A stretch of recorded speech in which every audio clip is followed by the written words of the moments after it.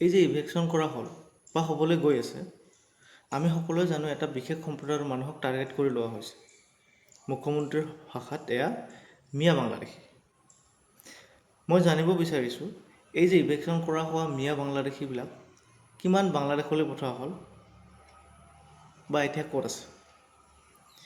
2016 চনৰ 10 ফেব্ৰুৱাৰী তাৰিখে এখন সভাত অমিত শ্বাহ ডাঙৰীয়াই কৈছিলে এৰাউণ্ড 60,000 ইলিগেল ইমিগ্ৰেণ্টছক অলৰেডি আইডেণ্টিফাই কৰা হৈছে। এজ এ প্ৰাউড অসমীয়া মোৰ বাবে এই বিষয়টো খুবেই চেঞ্চিটিভ। আমি কেতিয়াও কোনেও নিবিচাৰোঁ অসমখন অনা অসমীয়াৰ দখললৈ যাওক, অসমখন বিদেশীৰ দখললৈ যাওক।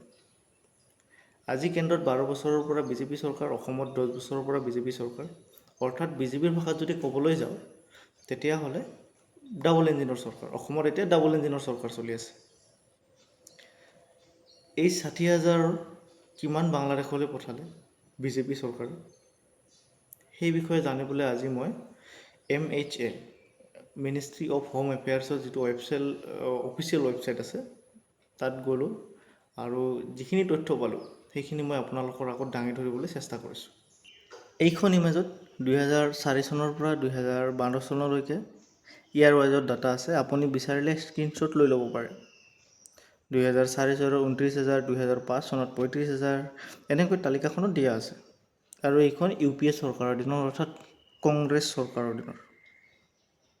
আৰু এইখন হ'ল NDA গভৰ্ণমেণ্টৰ দিনৰ, অৰ্থাৎ 2016 চনৰ পৰা 2023 চনলৈকে ৰখা হৈছে ইয়াত। আৰু এই তালিকাখনত আপুনি দেখা পাব 2016 চনত 308, 2017 চনত 51, আৰু আপুনি তালিকা দুখনৰ মাজত আকাশ পাতাল পাৰ্থক্য দেখা পাব। Action speak louder than word. আৰু কাম আৰু কথাৰ মাজত যথেষ্ট পাৰ্থক্য দেখা গৈছে।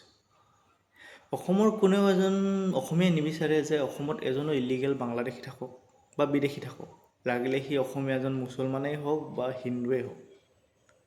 কিন্তু ৰাজনীতিৰ স্বাৰ্থত, ক্ষমতাৰ স্বাৰ্থত ৰাজনীতি কৰিবলৈ মিয়া বুলি বাংলাদেশী সজোৱাটো বন্ধ কৰক।